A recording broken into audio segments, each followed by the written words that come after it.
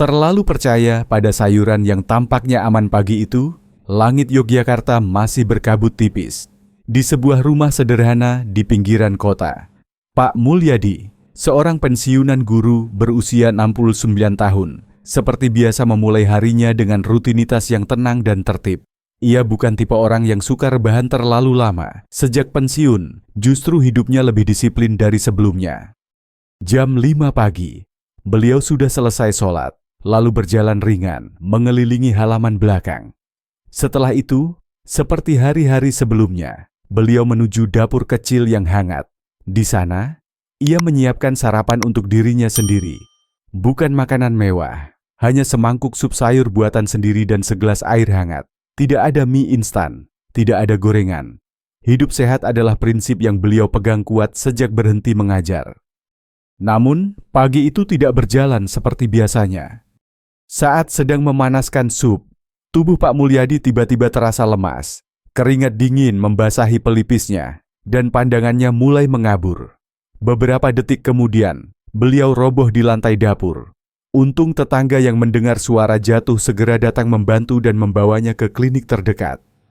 Di ruang pemeriksaan, tensi darah Pak Mulyadi tercatat sangat tinggi. Awalnya, para perawat mengira mungkin karena makanan asin, daging merah, atau faktor stres. Tapi dari gaya hidup yang diceritakan oleh keluarga, semuanya tampak ideal. Sampai akhirnya, ditemukan satu kebiasaan kecil yang selama ini dianggap sepele. Setiap pagi, Pak Mulyadi menambahkan jagung kalengan ke dalam sup sayurnya. Jagung itu terlihat sehat berwarna kuning cerah, manis, dan mudah disajikan. Hanya tinggal buka kaleng, tuang, dan panaskan sebentar. Tapi justru di sanalah masalahnya. Jagung kalengan tidak sama dengan jagung segar. Banyak produk mengandung tambahan gula, garam, bahkan pengawet. Lebih parah lagi, lapisan kalengnya sering mengandung bahan kimia bernama BPA bisphenol A, yang dalam jangka panjang bisa mengganggu hormon dan memperberat kerja ginjal. Bagi tubuh lansia yang sensitif, kombinasi ini bisa menjadi pemicu tekanan darah melonjak tanpa disadari. Pak Mulyadi tidak pernah menyangka. Ia pikir yang penting makan sayur, bukan gorengan, dan tidak berlebihan, tapi ternyata sayur yang tampak praktis dan sehat justru menyimpan risiko. Setelah pulang dari klinik, beliau mulai mengubah kebiasaan kecil itu. Jagung kalengan di dapur diganti dengan jagung segar yang direbus sendiri. Tidak ada tambahan mentega, tidak ada garam, dan dalam 2 minggu, tekanan darahnya perlahan stabil. Tubuhnya terasa lebih enteng, dan ia pun bisa kembali menikmati pagi hari tanpa rasa cemas. Dari cerita Pak Mulyadi, kita belajar satu hal penting: semakin praktis suatu makanan, seringkali semakin besar risikonya bagi tubuh lansia. Bukan berarti semua makanan kaleng harus dijauhi, tapi kita perlu lebih teliti membaca label, memperhatikan bahan tambahan, dan memahami bagaimana tubuh kita berubah seiring usia. Karena kadang, satu kaleng kecil bisa membawa dampak besar jika tidak disadari sejak dini. Sayur modern yang diam-diam menguras tenaga. Beberapa tahun terakhir, pola makan sehat menjadi tren. Di televisi, media sosial, hingga grup keluarga di WhatsApp, sering kita dengar tentang manfaat salad, jus hijau, dan gaya makan ala orang barat. Banyak anak-anak muda mulai ikut tren ini, dan tak jarang orang tua pun ikut mencoba. Begitu juga yang dialami oleh Bu Rosmiati, seorang ibu berusia 67 tahun dari Cianjur. Suatu hari, cucunya yang baru lulus kuliah datang membawa blender kecil dan sekantong sayuran hijau segar. "Nenek harus coba jus kali ini, katanya bagus untuk detoks," ujar sang cucu dengan semangat. Bu Rosmiati tentu saja ingin sehat. Ia pun mencoba. Setiap pagi selama hampir sebulan, ia minum segelas jus kale mentah yang dicampur sedikit jeruk nipis. Rasanya pahit-pahit segar. Tapi karena yakin itu menyehatkan, ia terus lanjutkan. Namun, perlahan tubuhnya mulai menunjukkan perubahan. Ia jadi cepat lelah, walau tidak banyak bergerak. Badannya sering terasa dingin, meski cuaca tidak terlalu sejuk.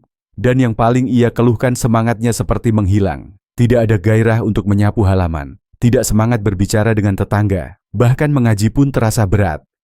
Anaknya khawatir. Setelah diperiksa, dokter menyebutkan bahwa fungsi tiroid Bu Rosmiati mulai melambat. Apa hubungannya dengan jus kale mentah? Sayur seperti kale, brokoli, kubis, dan kembang kol termasuk dalam kelompok sayur cruciferous. Bila dikonsumsi mentah, sayur-sayur ini mengandung zat bernama goitrogen senyawa yang bisa mengganggu kerja tiroid. Tiroid adalah kelenjar kecil di leher yang mengatur kecepatan metabolisme tubuh. Kalau tiroid melambat, tubuh pun ikut melambat. Selain itu, sayuran crucifer mentah juga tinggi serat kasar dan gula kompleks seperti rafinosa yang sulit dicerna oleh tubuh lansia. Akibatnya, muncul rasa kembung, perut terasa begah, dan sering buang angin tak nyaman. Pernahkah Bapak atau Ibu merasa perut seperti terisi angin setelah makan salad atau kol mentah? Itu bisa jadi karena pencernaan kita bekerja terlalu keras, lebih dari yang dibutuhkan. Setelah tahu penyebabnya, Bu Rosmiati berhenti minum jus kale mentah. Ia tetap mengonsumsi sayuran hijau, tapi kali ini dikukus dulu sebentar sebelum dibuat tumisan ringan. Dalam waktu beberapa minggu, tenaganya kembali. Ia pun kembali aktif menyiram bunga dan berjalan ke masjid setiap sore. Pelajaran dari kisah ini adalah tidak semua yang kelihatan sehat cocok untuk semua usia. Sayuran seperti kale atau brokoli tetap baik, asal diolah dengan cara yang tepat. Kukus ringan, tumis sebentar, atau campurkan ke dalam sup itu akan jauh lebih ramah bagi tubuh lansia. Karena di usia kita, makan sehat bukan tentang ikut tren, tapi tentang mengenal tubuh sendiri dan memilih apa yang paling cocok untuk perjalanan hidup yang semakin berharga ini. Sayur cantik yang diam-diam menyiksa sendi. Di sebuah desa kecil di Banyumas, tinggal seorang pria tua bernama Pak Syukur, 70 tahun. Sejak muda, ia dikenal sebagai petani tangguh yang tak kenal lelah. Tapi belakangan, tubuhnya mulai sering memberontak. Setiap pagi, jari-jarinya terasa kaku. Untuk membuka tutup botol saja, tangannya gemetar dan nyeri. Lututnya pun makin sulit ditekuk. Ia sempat berpikir, mungkin ini memang tanda-tanda tua. Tapi rasa sakitnya terasa tidak biasa.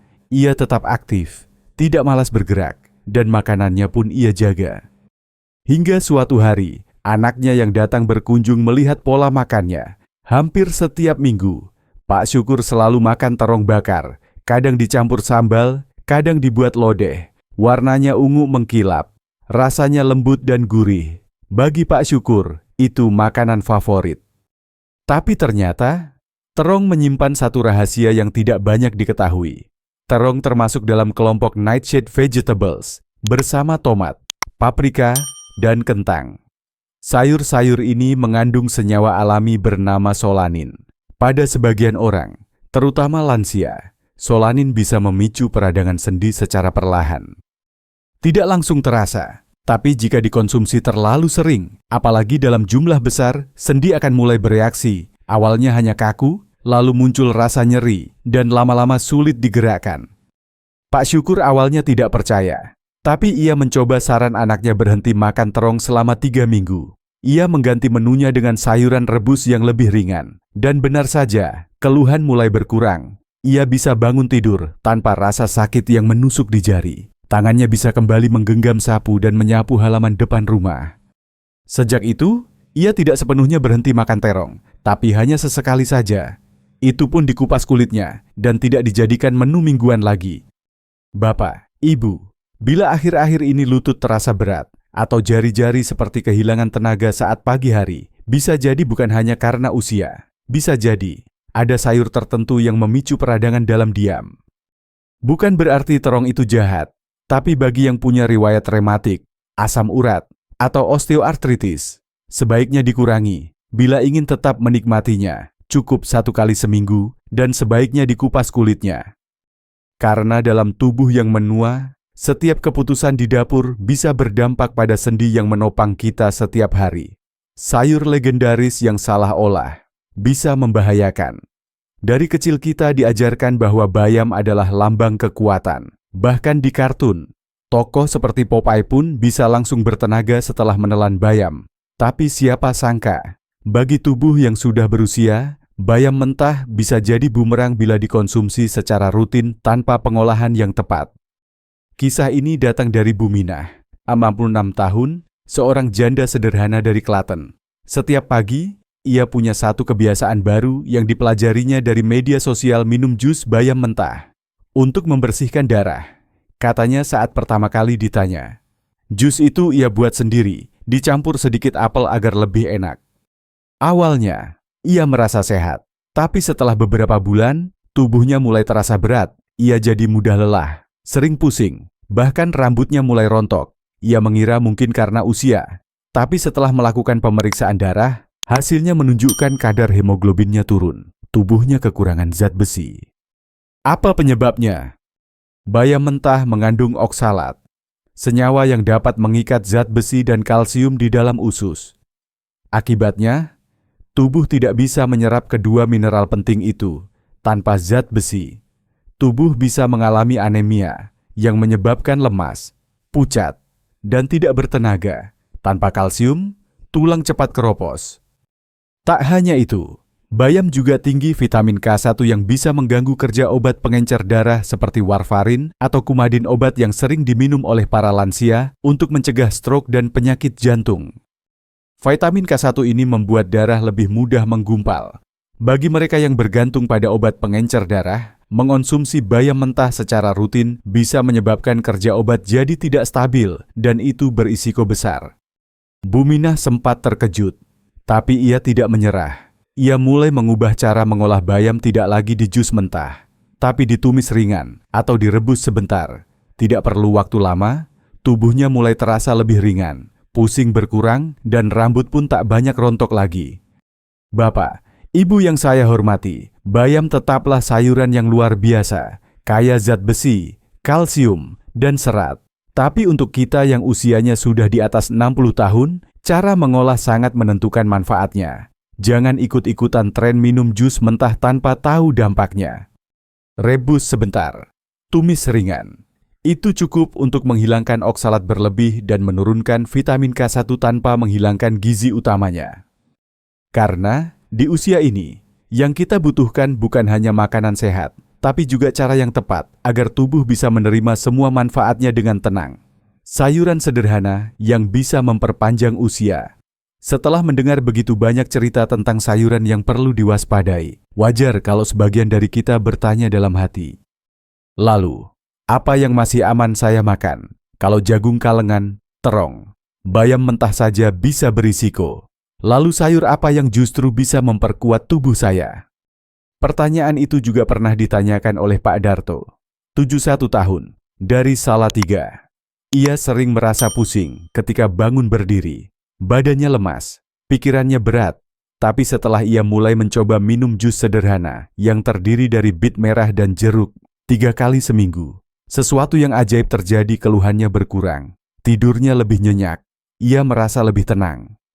Bit merah, Bapak Ibu, adalah sayuran akar berwarna merah tua yang selama ini sering dianggap asing, tapi kandungan nitrat alaminya bisa membantu membuka pembuluh darah, memperlancar aliran darah ke otak, menurunkan tekanan darah, dan meningkatkan daya ingat. Bit bisa dikukus, dijus bersama jeruk atau apel, atau ditumis ringan. Rasanya memang sedikit tanah, tapi manfaatnya dalam.